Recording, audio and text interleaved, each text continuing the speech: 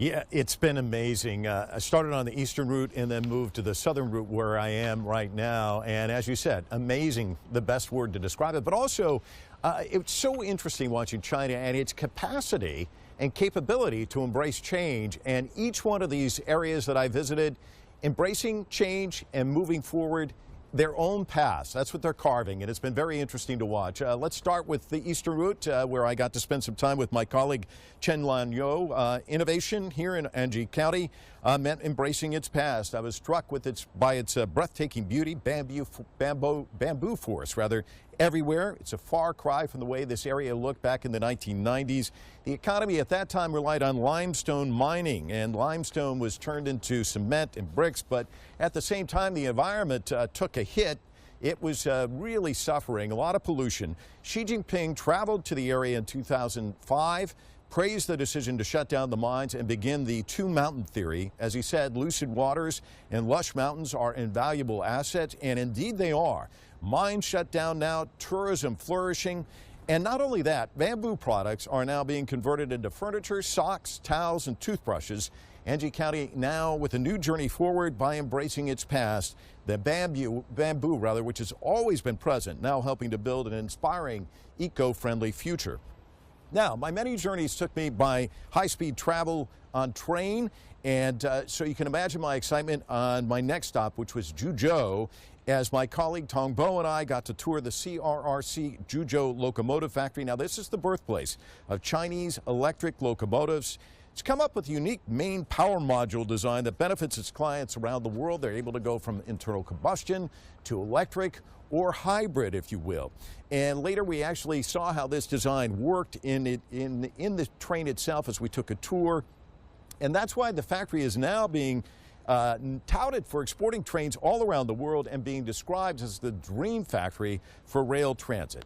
Now, I wrapped up my trip here in the southern tip of Guangzhou at Nansha Port Railway. My colleague Wang Fei and I were able to give viewers a tour of the extraordinary nerve center for global trade. It's a key point in the China-Europe Railway Express. Thousands of containers are being moved by ship and rail all around the country and the world. Volume just keeps on jumping as well. In just the first 8 months of this year, the volume has leaped close to 46%. So if you really want to understand the Belt and Road concept, Nansha is a perfect place to go because you can see how it moves along the Silk Road and the maritime sea route as well. And it was fascinating to see this and these other regions and how they've been able to carve their own way forward. Dong Ning. On this fantastic observations from you, Mike, from the east, from the bamboo, from the east to the port in the south, all connected by high-speed rail. You have witnessed how different regions tackled their own issues and found a mode of development to modernization. That's actually exactly what our special coverage is about. Thank you very much, Mike Water in Guangzhou in South China. And now we move to the southwest, where my colleague Philip Hamshe is traveling on a ferry in Guizhou province. Philip, what highlights have you seen on your 22 days touring Western China? Well, Donning, I've got to say, here I am floating on this boat on the Chengshui River, and you can see behind me the historic ancient port town of Xiasa. You're asking for highlights. How much more highlight do you want than this? However, it has been an absolutely phenomenal tour, a real once-in-a-lifetime 22 days of journeying around the country. Recently, this river, of course, is extremely important to both the Mao and Dong ethnic groups, and I was up in the mountains in some of their villages. Langda, Hongyang, those particularly stand out right now. Hongyang especially, the terraced mountainsides which are used for growing rice in, with rivers trickling and cascading down the mountainsides. Absolutely beautiful. But if you like mountains, I was also in Yahan. There are bamboo forests there covering those mountainsides. I know you're a particular fan of pandas, plenty of those up there, but I wasn't there for the pandas, I was there for the sturgeon, because it's one of the world's largest sturgeon farms that they've got up in Yan, and I was trying to hoist an 80-kilogram sturgeon out of one of the pools and lift it up to show the viewers. Gotta be honest, I managed a considerably smaller one than that. The one I got out was about 50 kilos. Apart from that, of course, Chengdu, I was there as well in one of their factories, which they've converted across into a late-night music venue and cafe and restaurant district. But all of that pales into comparison to Donghuang. I think that was really the highlight that stands out most to me. First of all, of course, there's the Mogao Caves, 1,600 years worth of history, UNESCO World Heritage Site. It was an absolutely stunning place to visit, and I feel very privileged to have gone there. But in addition to that, of course, I got to climb the Mingsha Shan. This is the famous Singing Sand Mountain, and I was there during the Mid-Autumn Festival. I got to see the moon rising behind the Mingsha Shan sand dunes while standing next to the oasis that is the Crescent Moon Lake, while watching 30,000 people all singing together. It was an absolutely wonderful time. But if you want the absolute peak of highlights on this trip for me, while I was there at the Mingsha Shan, now, I know sand dunes because I worked in the Middle East for many years. Climbing sand dunes is very, very hard. You have to put on these little orange nylon booties, and for every 2 feet that you go up, you sink back a couple of inches because the sand just gives way under your weight. And if it was tough for me, think how hard it was for my crew of cameramen. They had to go up the side of the mountain with 100 kilos worth of camera kit, dragging it up between them. So, of course, the cameramen, they were really, really concerned after the first day's worth of pre-shoot going up the side of the mountain, and they complained to the producers. So for the second day, where we went up there properly to go and do our shooting for you, the producers came up with a very special way for us to get to work. How do you feel? Absolutely fantastic.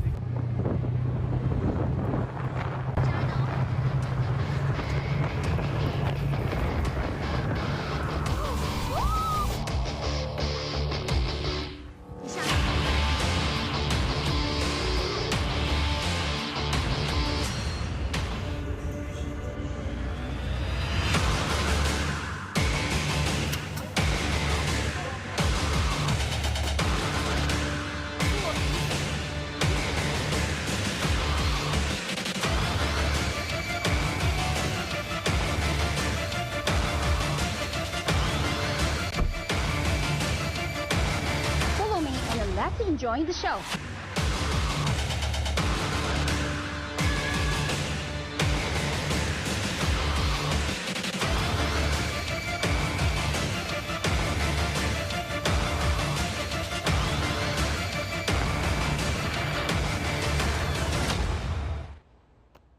And it seems that Philip have had a lot of fun and excitement there.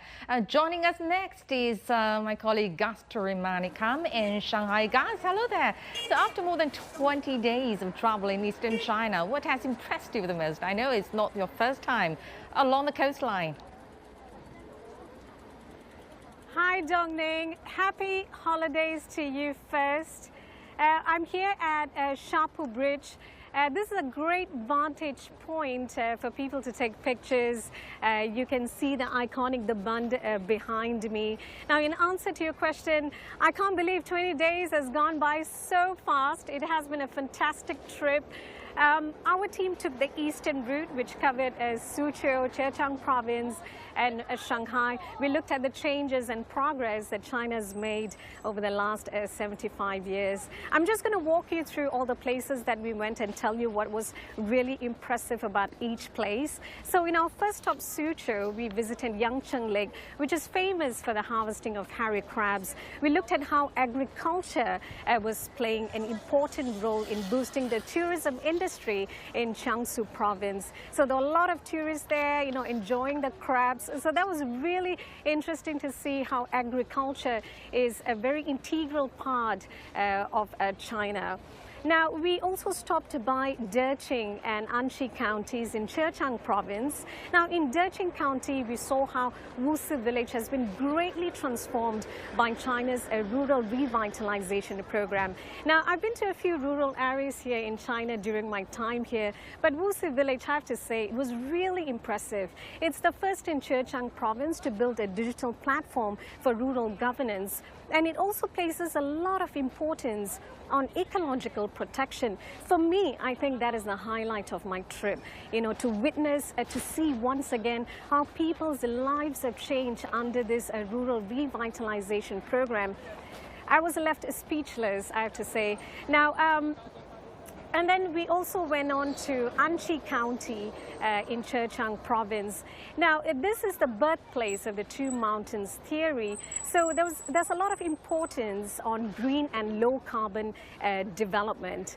Now, here we looked at how they were emphasizing a lot on ecological protection. One of their initiatives is to promote bamboo as a substitute for plastics. Now, it was very interesting in this Anchi County. I spoke to a few young people, and they were born in Anchi County, but the thing is, they were either working in big cities or studying abroad, and they chose to come back to Anchi County because of the ecological environment, and also because of the lot of employment opportunities that was available in Anchi County. So that was very, very interesting to see. Now, our last stop was Shanghai, which is China's hub of humanoid robots.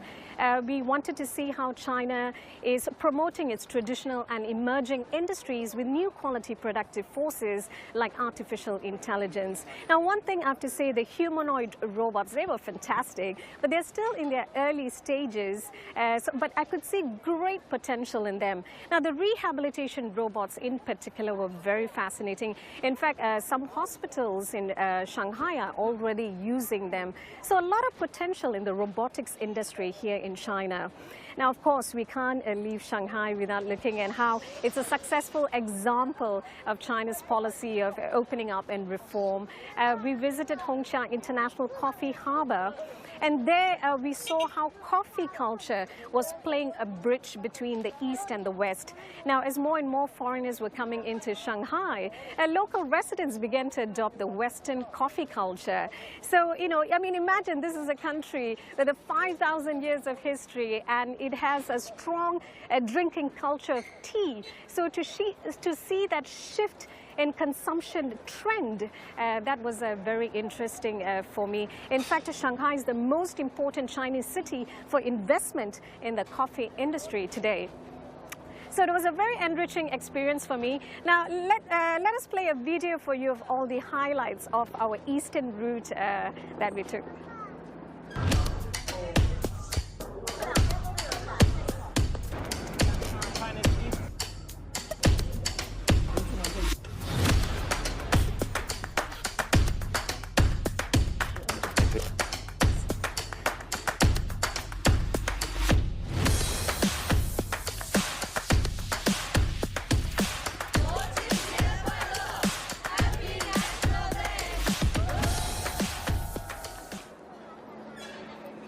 Now, Dongning, as you saw in that clip that we just showed you, so much of preparation went into this whole project. You know, not just our team, but all other teams. But, you know, I was so glad I took the eastern route to witness China's journey to modernization. And you know what? I couldn't have done it without my excellent team. Indeed. Well, Gaz, this is my first time seeing you riding on the horseback. And I'm so glad that you have different impressions and experiences. Yes. Although you went to the southeast part of China, not only for one time. All right, thank you very much, Gaz, reporting from Shanghai. And we also have my colleague Sir Lincoln Humphreys joining us from Shenyang in northeast China's Liaoning province, and Zhongshi in the city of Yichang in Hubei province. So I'll start with Lincoln first, because Shenyang is my hometown. So Lincoln, what has been the most fascinating part about your tour in northeast China in general?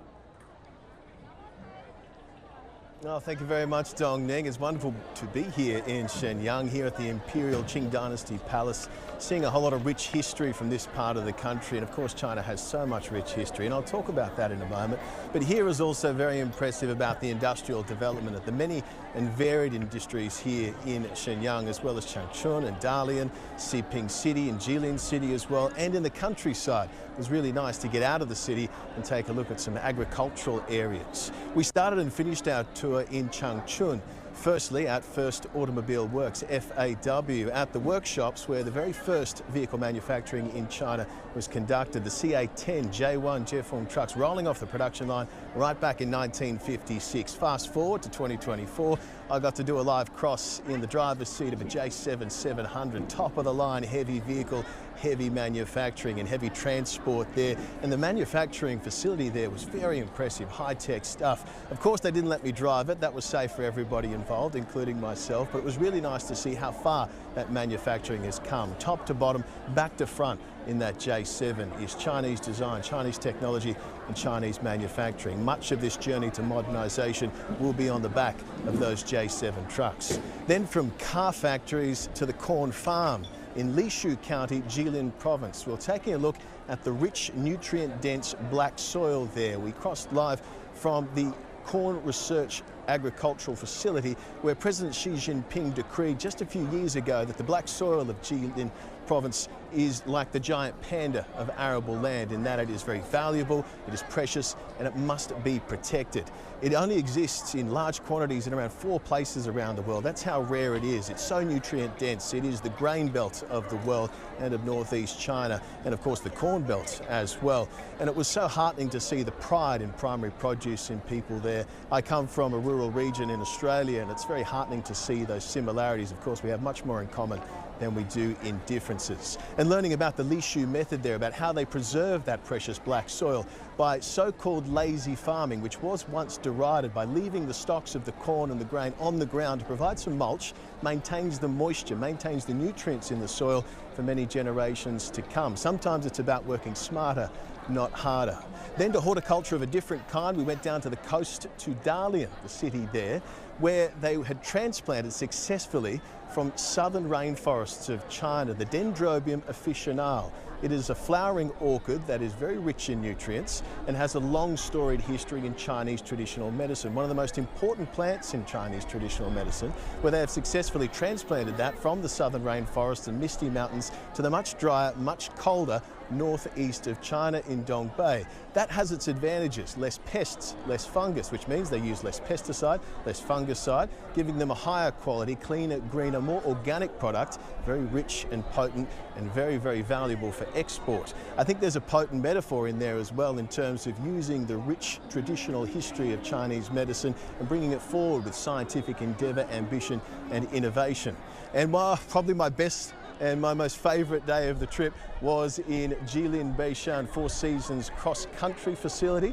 It was a skiing facility for cross-country skiing, entirely indoor, 1.3 kilometres of track. I managed to chuck on the boots and the skis and have a crack, have a go at the shooting targets there for the biathlon. Olympic level competition can happen there and training. That was a fantastic experience. So there's tourism potential in this part of China as well. But I think marrying those rich historical traditions with scientific endeavour and research and development, that's what this journey to modernisation is all about. And I'm soaking up more history here in Shenyang at the Qing Dynasty here Imperial Palace. It's wonderful to see. And I can't wait to come back for some real mountains in a couple of months' time once it gets really cold up here. Well, you will get real cold in the northeast, and no wonder about that. And I'm glad to see that both the northeastern food and that flowery vest all agree with you. Fascinating observations from Lincoln in northeastern China. And on the central route, our team traversed Henan and Hubei provinces. So now let's go to my colleague Zhongshi. Hello there, Zhongshi. That's right. We've come to the last stop of our trip, and we're in Hubei province today. And that's the mighty Three Gorges Dam right behind me. It's even more magnificent when you see it this close with your own eyes. We want to be able and convincing in showing our viewers that ecological protection is a huge part of China's modernization drive and its aim for higher quality development. In addition to controlling floods, the dam has played a role in improving water quality by regulating water flow and promoting clean energy.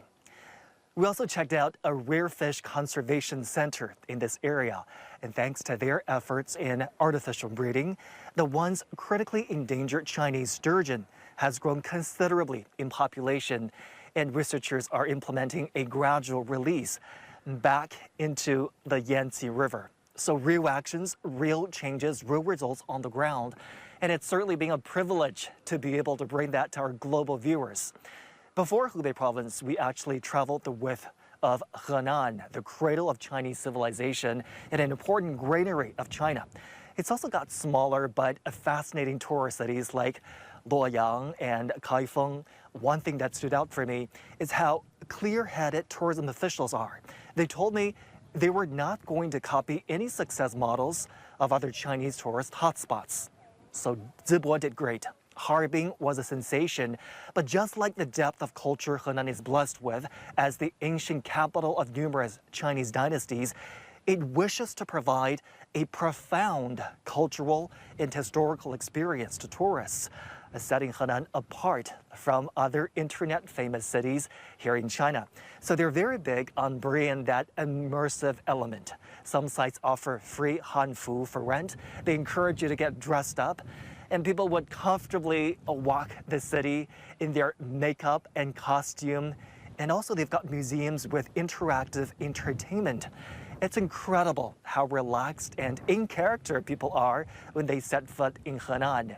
You get the sense that Henan knows exactly how to leverage its strengths in cultural heritage and be unique in its strategies to grow a tourism economy.